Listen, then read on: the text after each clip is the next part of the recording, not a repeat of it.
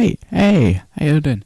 This is the first, I'm just going to take a drink. It's the first, Hodihi podcast. I'm just going to put them onto YouTube because I tried setting it all up to put it on iTunes and stuff, and it's just, I swear they make that stuff, like, harder to do than really necessary. Like, if YouTube's this easy to put it up, why isn't iTunes? But, anyway, I suppose they just don't want any old person like me putting stuff up. So, it's the first episode. I'm just going to have a quick kind of overview of what I'm going to be doing, and then I'm just going to get straight on in and say some stuff. I'm going to be doing it uploading every Monday, every Thursday, and every Saturday, I think. Yes, that's when I'm going to do it. And that's just so that way I have enough time to sort stuff out and record stuff and edit stuff if I need to. But this is all just going to be audio. I don't think I'm going to put any video up. So that should hopefully, the actual video I'll put up for YouTube will just be a image of whatever it is I'm talking about. So, I mean, in this podcast, I'm probably going to bring up Guardians of the Galaxy and start talking a bit about that.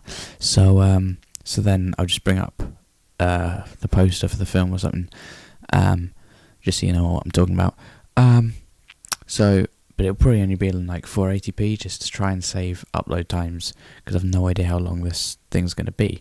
So I'm just going to kind of talk and see how long I can talk for and see how long until my voice breaks and gets destroyed. And so I hope you can enjoy it. I've still yet to write a little jingle. So who knows? Maybe that's going to be crap as well, but hey.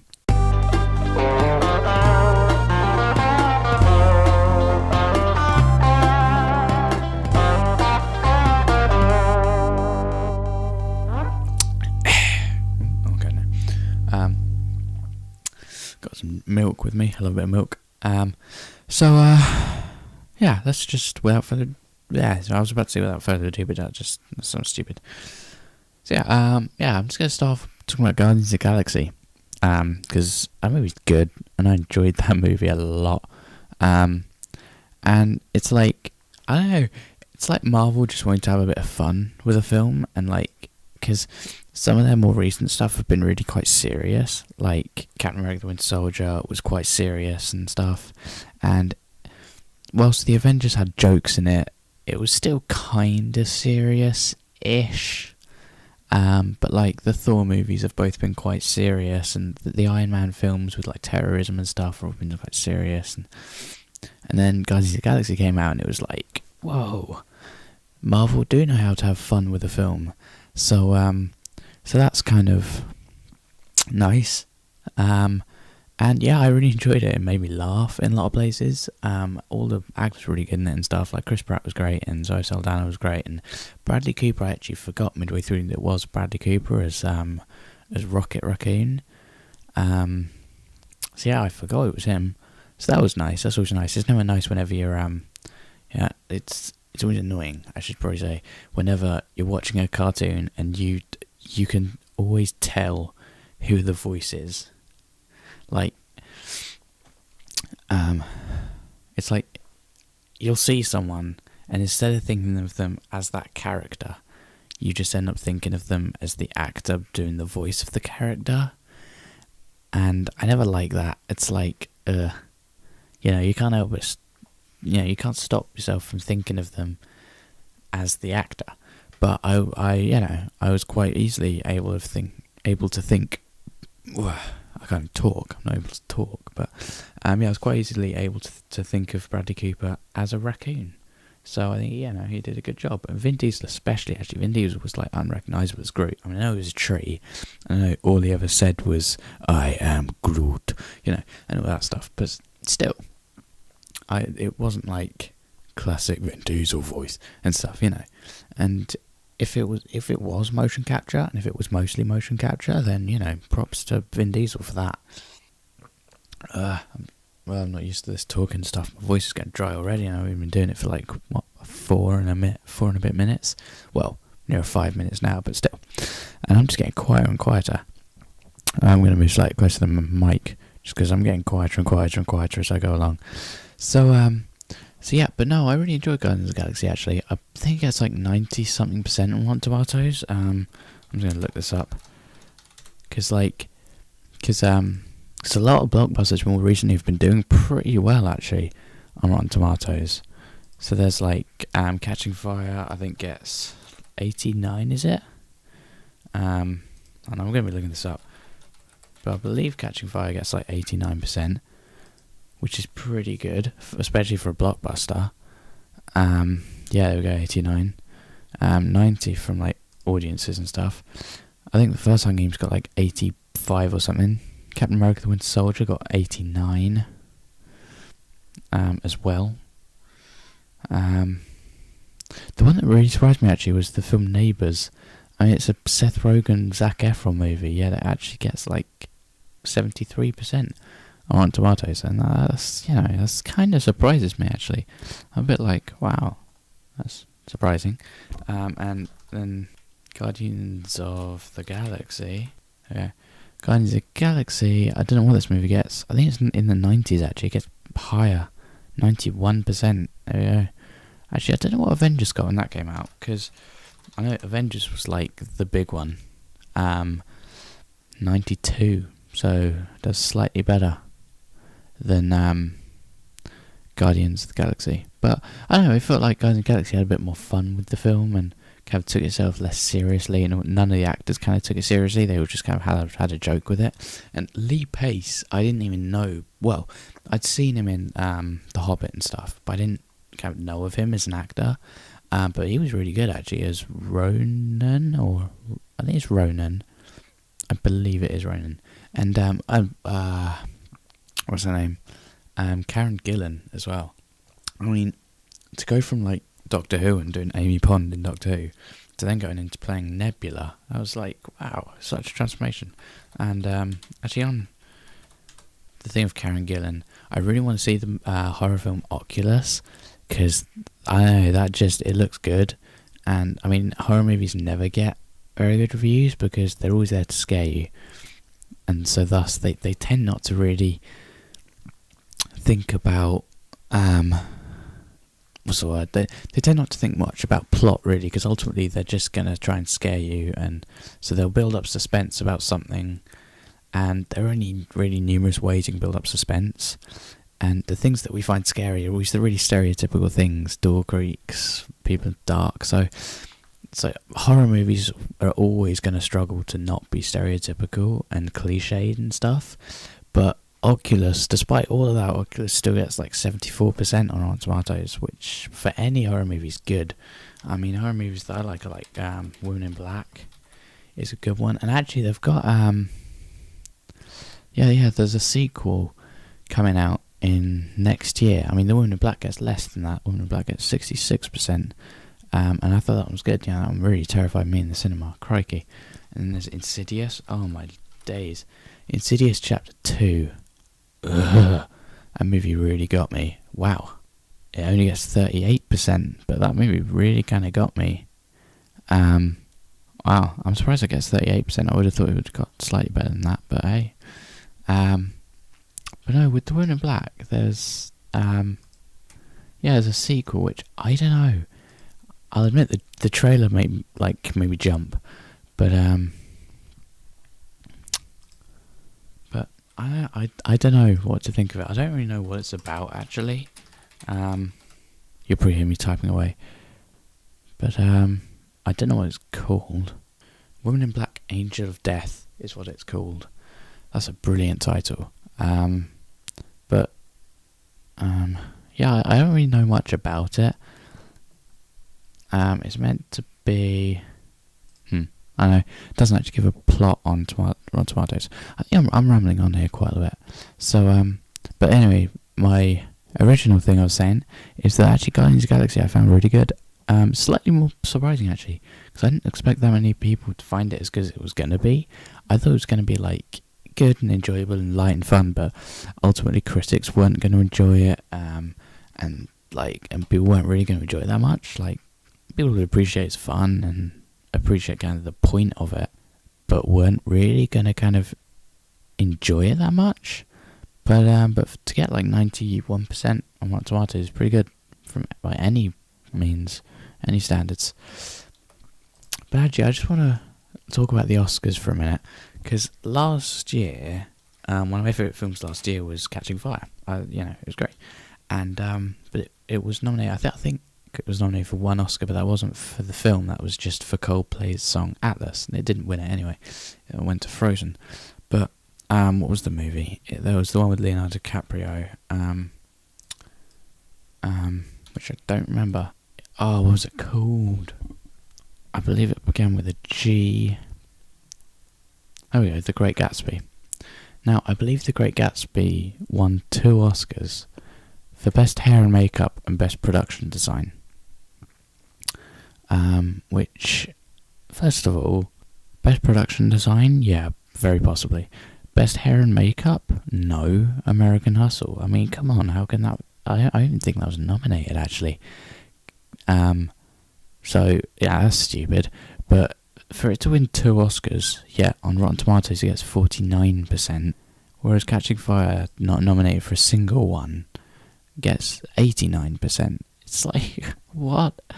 And all because it's a blockbuster. Like, there's no real reason why it wasn't awarded for anything, I mean, like, a lot of the actors deserved it, deserved at least a nomination, and the score is brilliant by James Newton Howard.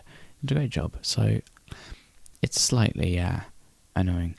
But it's interesting how, because one of the, like, critics that I I feel is quite kind of highly esteemed, and I think, yeah, I like this guy, is Mark Kermode. You probably all know Mark Kermode, and he felt that Transcendence was decent and had to be taken really for what it is. Yeah, but he still kind of enjoyed it. But on Rotten Tomatoes, it gets like 19%. Ugh. So, it doesn't get great reviews, and often a movie will do really badly with critics, but like audiences will really like it. But even audiences didn't like Transcendence, gave like 38% or something, so it doesn't do too well. But I mean, I think it's probably a lot of them not appreciating the cinematography, because it's still a big part of a film. I mean, that's the whole way the movie looks, So, and they have said that it has a nice visual style to it. Yeah, well then give it a slightly better rating than 19%. And it seems like Mark Kermode's appreciated that as well, because he's kind of said in reviews for it and stuff that, the cinematography's nice, and that's all because Wiley Pfister, who directed it, was Christopher Nolan's cinematographer, so he did the cinematography for like Inception and stuff. God, I'm almost all the way through my milk, and I've done 13 minutes. It's going slightly quicker than I thought it was going to, actually. But yeah, I think this podcast will probably do for about, I don't know, half an hour maybe. I don't know. Depends how long I can talk for. Well, actually, yes. As inevitable, I can talk for hours on films, but nonetheless. Let's move on to something else. I'm trying to think. Actually, I was able to watch the first episode of Game of Thrones, like, I don't know, a couple of weeks ago or something, and despite the fact that loads of people, like, really enjoy it and stuff, I found it slightly dull and a little bit boring. Like, I was, like, waiting till it was over from, like, the first 5 minutes of it. From then onward, I was just like, wow, when is this thing going to end? And it eventually did, and I was, like, a sigh of relief, I think, came over me. It was really weird, because so many people like it, and before I started getting into TV shows, because I don't have Sky or anything like that, so, and box sets are always so expensive, so I've never really been able to watch the really good ones. But a lot of people have been like, oh yeah, Breaking Bad and Walking Dead, you've kind of got to watch, they're really good. So I've like watched them, and yeah, I completely agree, they're both really good. I enjoy both of them. But then Game of Thrones is one that people are like, yeah, it's not quite as good as Breaking Bad, but it's better than Walking Dead. Yeah, I found it really dull. I don't know what it is, because I like Lord of the Rings, so it's not like medieval stuff, Lord of the Rings is great, Kingdom of Heaven's great, and stuff like that. So it's not the fact it's medieval, nor is it the fact that it's slightly kind of convoluted and complicated, because like some of my favourite movies are like The Matrix and Inception, which are known for being complicated, and like The Raid 2 is quite kind of complicated. it's not known for its complicatedness. It's known for its action sequences, and I mean, hell yeah, its action sequences are amazing. But nonetheless, like, it's, I don't know, it's still kind of complicated, that film, The Raid 2. But yeah, so it's not that Game of Thrones is complicated. I don't know, it didn't grab me, and it wasn't a case of it wasn't action packed enough, because Fargo I think's great, and that's kind of a actiony comedy ish, but there's very little action. There's not that much comedy in it either, but I just really enjoyed it. But I don't know, with Game of Thrones, I don't know, something about it, I just didn't enjoy it that much. I don't know what it is, it just didn't entertain me. And I just think that's kind of the point of a film and a TV show, is to entertain you. And it didn't. So that's sad. But Breaking Bad has completely grabbed me and entertained me and everything. And as has Walking Dead as well. Oh, so good. Walking Dead has entertained me more, but I found it less gripping. Like Breaking Bad, I could binge watch that show all the time. And people have been like, yeah, you're having a Breaking Bad binge and stuff. Whereas Walking Dead, I don't know, less so. But whenever I'm watching a Walking Dead episode, I find it so entertaining. Which is probably what some people find with, like, Game of Thrones.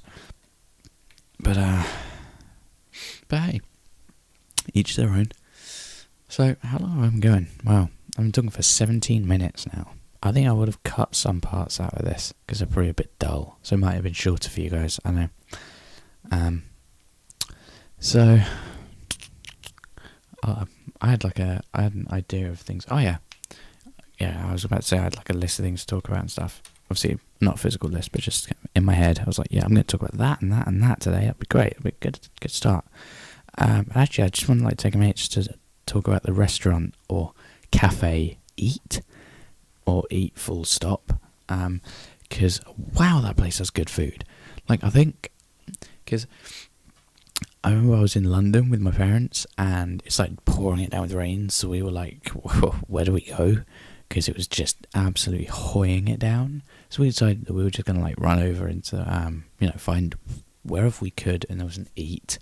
And we'd seen Eats around, and there's an Eat like just down the road from where I live and stuff, so, but we'd never been in one, like none of us had. So we just like ran in there and thought we'd get something. And it was like so tasty. Like, it was so good. I think I had a beef pie or something, but it was really good. It like tasted so good. And then I went there again. I think I had a cheese and onion pie that time, and that was like, oh, so tasty. And then just the other week, yeah, I think it was last week. It was a cheese, tomato, and pesto. Toasty. Yeah, cheese, tomato, and pesto toasty, and it was to die for. It tasted so good, but I'd never been in the place before. So yeah, if I don't know if there are any Americans listening to this. If you guys have Eat or Eat full stops, I don't know. And I don't know if you guys don't what the American equivalent would be. But if you're living here in Britain and you're watching this, or listening to this, I should say, yeah, Eat full stop, or I'll just call it Eat. I'm not going to be particular about it. But yeah, Eat is great. It tastes so good. And, like, places that really surprised me were like Subway. The first time I had Subway, which admittedly this was like years ago, but nonetheless, like the first time I had a Subway, I was like, oh my god, this is heaven. And then Domino's. I thought I'd have like a movie night in, so we'd like sat down, watch a movie, and then we ordered in a Domino's, and it was great. And they like got delivered to our door, and I was like, oh, this is awesome, And we didn't, we weren't idiots about it, we didn't go for a pre-made pizza. We thought we'd, go for one of our own. I think I had like tomato sauce and like, I think I went for cheddar cheese instead of mozzarella, or it was something like that. I don't entirely remember. I don't really want to remember, because with Subway, I always know what I have, and I always get the same thing. And there's an Indian restaurant just down from where I live, and every time I go there, I get the same thing, because it's nice. Whereas with Domino's, I don't want to get the same thing every time. So, me not remembering is great. Oh Jesus, sorry. I just got the Guardians of the Galaxy page up here, and it says reviews 696, but I thought it said reviews 666. I thought, oh dear, it doesn't bode well. But no, it's 696, so that's fine. But no, Domino's, stuff tastes good. I mean, wow, like, admittedly it was kind of expensive, and when we first saw the prices, we were like, what, no? But no, it's really good, and it really tastes really nice. So if there's a movie that you like really want to watch, and it's already been out in cinemas, and you get it on like DVD, or if you have the opportunity to get it on Blu-ray or whatever, and then you're looking for something to eat, go the extra mile, spend the money, get a Domino's delivered to your door. It's heaven. Like, if you're watching like your favourite movie, and then if you're like under a cover in somewhere warm and got all the lights off and like speakers turned up, and then you just got a Domino's in one of the classic cardboard fold-out things, which if you're listening in America again, you probably get all your pieces in those fold-out things. But in Britain we don't. We just get our pieces either on a plate or in some plastic wrap thing, so we don't get them in the fold-out cardboard boxes. So yeah, it's awesome. I love Domino's. So good. Although I've only had it once, but my parents have had it twice. They had it once when I wasn't there. I was away doing my D.V. expedition, and I got a text from my parents saying, "How are you?" And I was like, "I'm tired and worn out." And they were like, "Great, we're having Domino's." I felt so bad. Like, I swear I could have just ran on home and killed them for that. I'm joking, of course, but nonetheless. I was so annoyed. I was like, no way. Here I am having some horrible... I think we genuinely had pasta in tomato soup. It tasted disgusting. And then they were just at home having a Domino's. I couldn't believe it. It was awful. So yeah, watch out. Don't introduce your parents to something that tastes nice, because they'll stab you in the back for it, and they'll end up eating it when you're not there. I'm trying to think of what else I can talk about. Because I mean, there's a lot I could talk about, but I just don't want to bring everything up in like the first episode and have nothing left for future podcasts.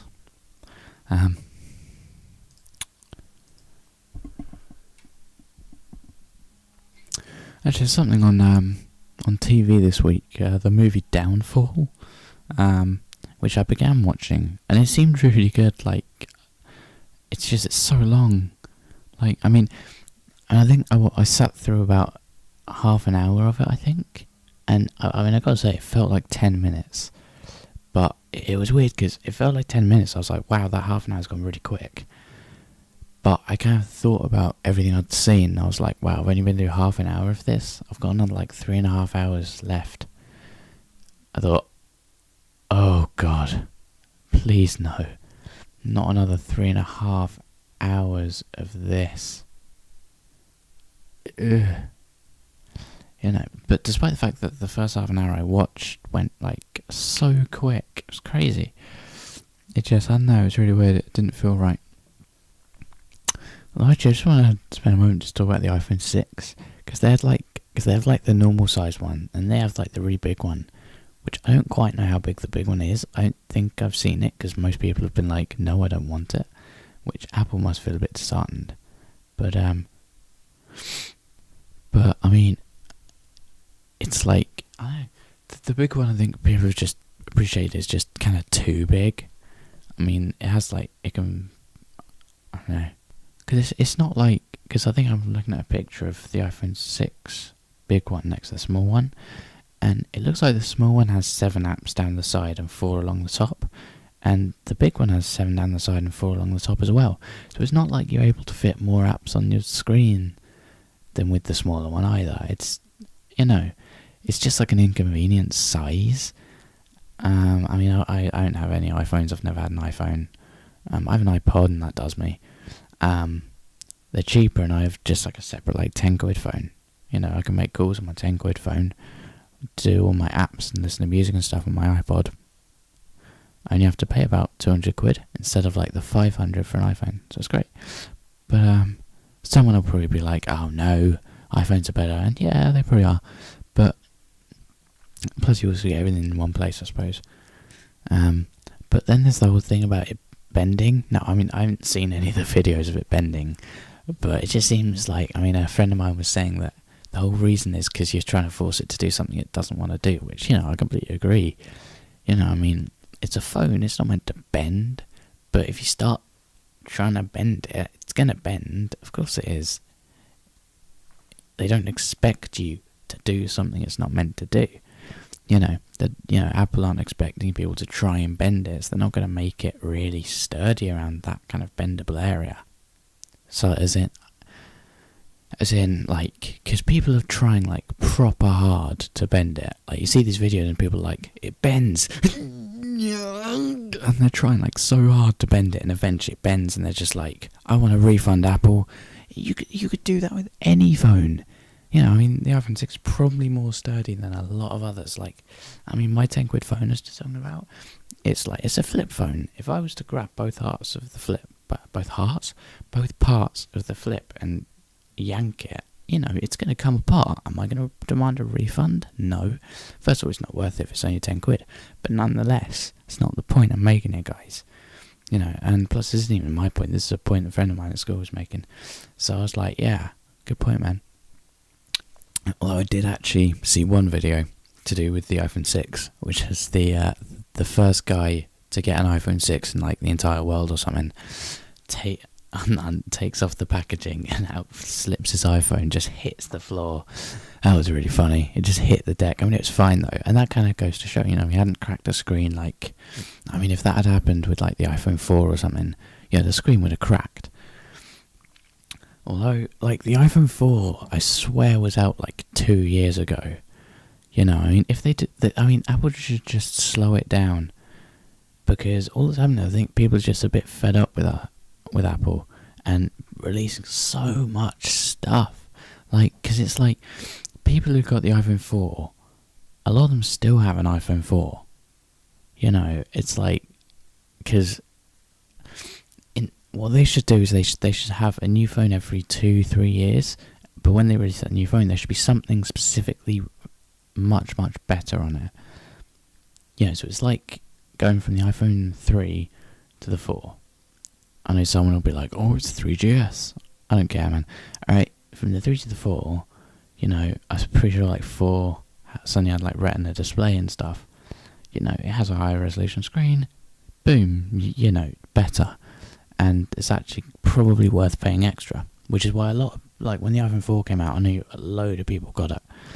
But then the iPhone 5 came out and they were like, same resolution display, and it has iOS 7, but then again, so does the iPhone 4, also has iOS 7. And then there's things like, now with the new iPhone 6, they've got iOS 8, which looks exactly the same as the iPhone 7. No, what am I on about? As the iPhone 5. Just a bit complicated. So the iPhone 6 has just been released and they've been like, oh, it has iOS 8. Well, it looks exactly the same as iOS 7. And, like, the iPhone 5, you can update to have iOS 8 on it. Like my dad's got the iPad 4th generation, I think. Actually, no, 3rd. No, I think it is the 4th. I don't know. I'll have to ask him.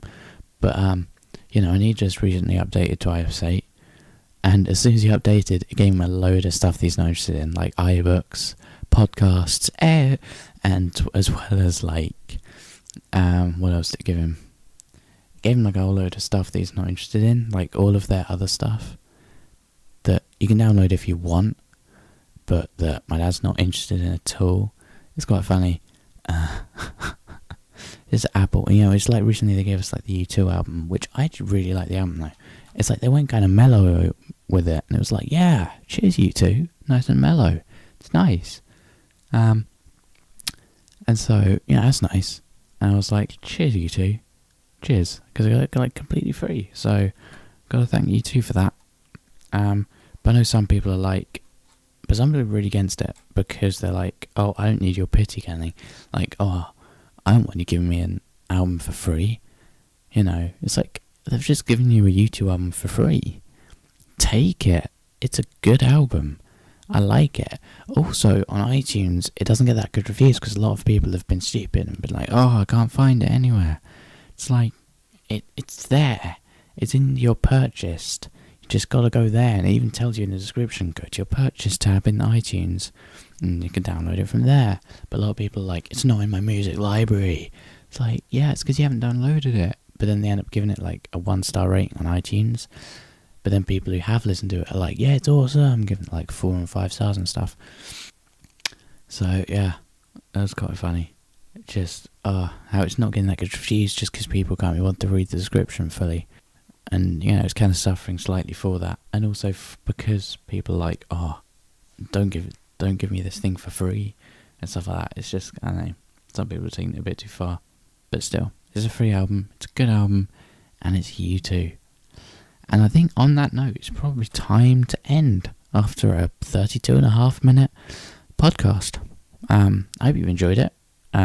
If you began watching and stopped, aka you're not going to be listening to me now, or even if you bumped slightly further along or to the end or whatever, I don't know. If you're listening to this and you have something to say, email me at hodihi@mybeautyinternet.com, which I'm probably going to regret putting my email address to places. I mean, it's a specific email address to this. It's not a personalised one. But if I start getting loads of spam and loads of people are like, blah, blah, blah, then I'll stop. But I'll close down that email address and stuff like that. But still, thank you for listening to this Hodihi podcast. And I'm going to stop now and actually record a jingle. A jingle to begin the podcast and a jingle to end. Thank you. And I will do another one on Thursday. Bye bye.